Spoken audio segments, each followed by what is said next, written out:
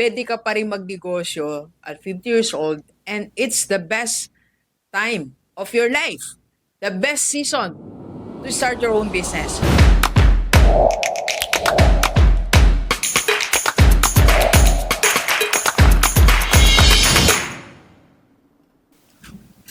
Okay, Gilbert, pag-usapan natin sa mga edad 50. Alam nyo ba na that 50 years old is the best age to start your business? Yes, let's go, let's go. Marami sa atin at age 50, parang ayaw na natin sumubok ng iba. Kasi meron na tayong plano. Mula nung nagtrabaho tayo, 30, 40, 50, 60, nakalatag na yung magiging sequence ng buhay natin. Tama? Ganyan din po nangyari sa akin. When I graduated, then nag-board exam, nagturo sa public, then nag-NGO, nag-private. So, ang nakikita kong buhay ko po is magre-retire ako at age 60, mamumuhay dito sa probinsya namin, dito sa Bataan. Pero nagbago ang lahat nung tayo po ay sumubok ng ibang bagay, nung tayo ay mag-40 years old. So, let's see now, bakit pwede ka pa rin magnegosyo at 50 years old and it's the best time of your life. The best season to start your own business. First, pag 50 po tayo, ito napatunayan ni Rockstar, we have that pressure that we have to win. Kasi wala na tayo sa 20s na okay lang magkamali ako, di kung hindi to mag-work, di mag-start ulit ako. Di ba ganun tayo? I remember when I started my first business, nasa 30s lang po ako noon, mga mid-30s yan. 35, something like that. Junk shop po yun. So, kinlose namin agad, mga 2 years lang, less than 2 years. So, naisip ko noon, mag-start na lang uli. So, nag-business ng isa, start uli. Kasi, may time pa. Tama po, sa lahat ng mga nagnegosyo ng mga nasa 20s or 30s, niisip natin lagi, if I fail, mag-start uli ako ng bago. Pero pag 50 years old tayo, ang pressure is to win in life.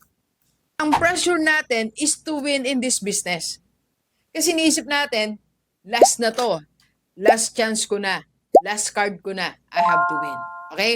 Now, ito po. What is the importance kung may pressure sa buhay natin or may pressure while you are starting your business? Okay? So, sa mga 50 years old, okay to start your business at age 50, best time yan kasi may pressure tayo to win in life.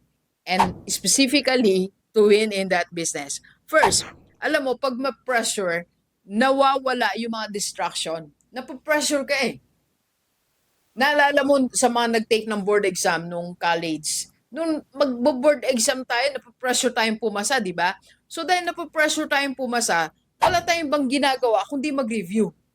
So ngayon dahil napapressure tayo na magtagumpay tayo sa negosyo natin, wala na tayong ibang gagawin kundi yung sisimulan mong coffee shop, kundi yung sisimulan mong resto, kundi yung sisimulan mong vlogging kung gusto mong mag-start yan, kundi yung sisimulan mo na RTW. Yan ang magiging focus mo lang. No distraction kasi napapressure tayo. Kaya malapit-lapit na manalo tayo sa buhay kasi wala na tayong distraction eh. Alam niyo po ba what contributes sa failure ng ibang businesses? Kasi sa dami ng distractions sa paligid. Kaya pag natanggal natin yung mga distractions na yan, more likely magtatagumpay tayo. Okay? Next, faster decisions. Kasi napapressure na tayo, bumibilis na yung decision making natin. Kasi meron na tayong urgency na tinatawag. Kailangan mag-decide na tayo. Kung kinakailangan na bumili pa tayo ng bagong equipment, bili na tayo kasi may urgency na eh. Faster ng decisions natin. Kung nafe-feel mo, mag-add ka ng another product, sisimulan mo na agad yan. Bumibilis yung decision making natin. And kung feel mo, kailangan mo na mag-hire ng bagong tao, you will do that. Kasi meron ka ng urgency. Naghahabol tayo ng time. So, sa akin sa personal ko po experience, sa dami na rin ang naging negosyo ni Doc. The faster you make the decision, the faster the growth of your business. Mas binabagalan natin, mas naaantala yung decision natin, marami tayong nasasayang na opportunities. For example, kailangan pa lang na mag-hire ng social media manager. Hanggang ngayon, wala tayong social media manager. I made that wrong decisions also. Kailangan ko na ng social media manager din. Hindi pa tayo kumukuha. Mabagal ang decisions. Okay? So, with the pressure that we have in our business, bumibilis ang decision natin. And next is, wala na tayong trial and error. Hindi na tayo nagtitrial and error. Alam ba at age 50, kasi napapressure tayo, lahat ng gawin natin, concise na. 90% sakto na. Kasi may pressure eh. Naalala ko po nung naglalaro ako ng college life, no? Varsity player si Rockstar, si Doc. Hindi pa tayo Rockstar noon, pero naglalaro tayo ng volleyball. Pag mga second half na, so may pressure na yan. So sabi ko sa mga kasi captain ball po ako noon, ang bilin ko, bawal lang mistake. Wala dapat mistake kasi naghahabol tayo ng points.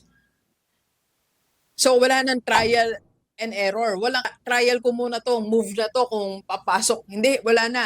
So yung ginagawa namin noon, kung ano yung pattern that's already working. So wala na yung trial and error kasi may pressure. So sa atin din na nagdinegosyo, wala nang trial and error. Age 50 kasi may pressure na nga sa atin eh.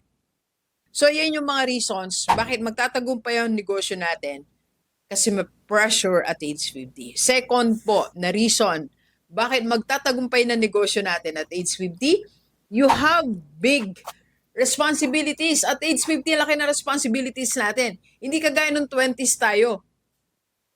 Kaka-graduate natin, kumita't hindi ka, okay lang minsan sa parents natin. Pero ngayon, laki na ng responsibilities mo. Meron tayong mga binabayarang utang. Meron tayong future na gusto nating maayos. Kailangan na natin magkaroon ng bahay talaga at age 50. Kailangan na nating makapag-ipon ng emergency fund natin at age 50. Marami tayong responsibilities at age 50 na napabayaan natin nung tayo nasa 20s or 30s or 40s. Imagine kailangan nakabayad na dapat tayo ng utang nung pan-30s natin.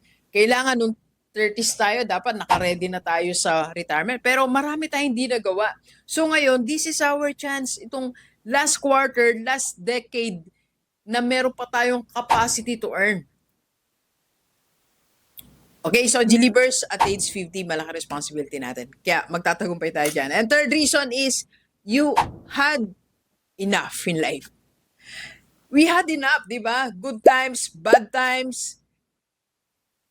So, siguro, naranasan na natin maglustay ng pera at age 50. Dumating na rin tayo sa punto na, sabi nga, nagwalwal, no? Yung nagwalwal, ibig sabihin yan, kung tama ako ito yung nagsayang tayo ng pera, sububok tayo ng ganito. So, ang dami na tayong nasubukan. We had enough at age 50. So, itong time natin na to, 50 onwards, ito na yung quality time talaga. Ito na yung time na talagang seryoso na tayo sa buhay. Ito na yung time na gusto na lang natin na mag-focus sa sarili natin, sa inner circle natin, sa family natin, and sa future natin. Alright? So, deliver sa ating lahat. 50 years old, pwede magnegosyo, and this is the best time for us. Don't waste the opportunity. Let's go, let's go. Kape po tayo. Kape po.